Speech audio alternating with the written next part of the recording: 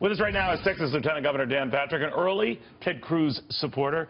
Governor, always good to have you. I mean, how important is it for your candidate to finish second and not third tonight? I think both are about the same because they're going to be close, Neil. But let me give you a perspective that you have not heard. And that is Texas has already started early voting Tuesday. We've already have about 250,000 votes in the can. Wow. By the time the candidates get to Texas on Wednesday after Nevada, 50% of the vote approximately will have already been cast. Usually an early vote in my race. That's interesting. Yes, in my race for lieutenant governor 2 years ago, over 60% of the vote was voted early. So Ted Cruz is going to win Texas. We'll see what the margin is. Well, but that would represent a time he was polling strong. I mean, if the wind was at his back, he was picking up some. You could argue that Ted represents. Well, but here's of course what I'm suggesting, Neil. Texan, you know. Right.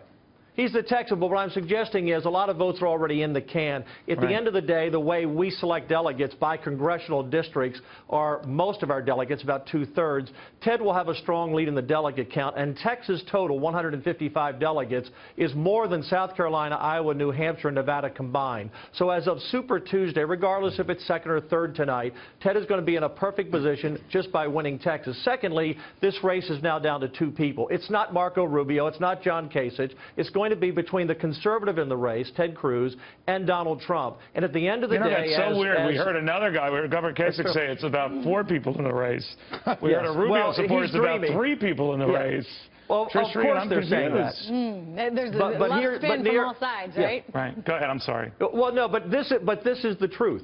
And you have a conservative in the race, and you'll have Donald Trump in the race. And this race, for example, Neil, tell me what state. The Rubio campaign will never tell you what state are they going to win. They're not going to win tonight. They're not going to win Nevada. They're not going to win Texas. They're not going to win any state on Super Tuesday. You can't become the nominee if you never win a state. Kasich, if he's in the race to the 15th, is Ohio is the only state he can win. This race on Super Tuesday, you will see Ted Cruz and Donald Trump. But you just said it's about getting delegates, right? It's about, you know, building delegates. Well, it's about building a lot of states they're portioned out, right? Well, but Neil, the point is, on Super Tuesday, it will be Trump and Cruz winning the states, not the other two. And so what you're going to have is a two-man race. No, I do know that. I mean, if you look at the polling, if you look at the demographic, Kasich is not going to win a state in the South, and neither is Rubio. But he's doing well in Vermont. He's doing well in Massachusetts. So you could make. He's doing well in Michigan.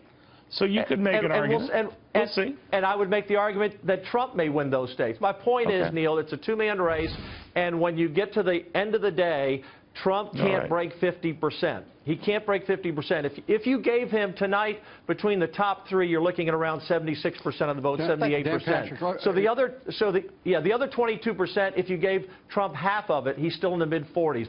This is going to be a long race, a tough fight, but that's very easy to do. But I want to bring Lou into this. Lou. Yes, Dan Patrick. Hi, Lou. How are you? How are you? Good.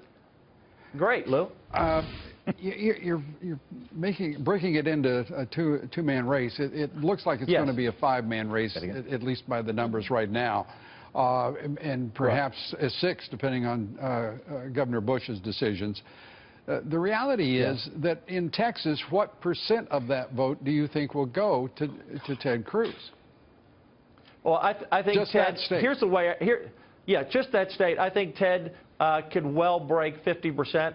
And again, for example, if you're a Texan tonight watching the Fox Business News channel, you're saying to yourself, if you were a Bush fan or a Carson fan, you're saying, you know what, I'm not voting for them now. And Ted will pick up. Home cooking is always good, but Ted is already in a strong position already. Again, 250,000 votes have already been cast. The exit polls look good. The numbers look good. So Ted will win Texas. Trump will finish second. Rubio or whomever else will finish a distant third. Yeah, but the point being that they obviously will split the delegates. Right. And the path forward for whomever. That's not the way it works. I'm sorry, Lou. It's not the way it works in Texas. In Texas, if you don't get 20% of the vote in a congressional district, you don't get any delegates. Yeah. So those other 3 are not factors. But not boring. If you get over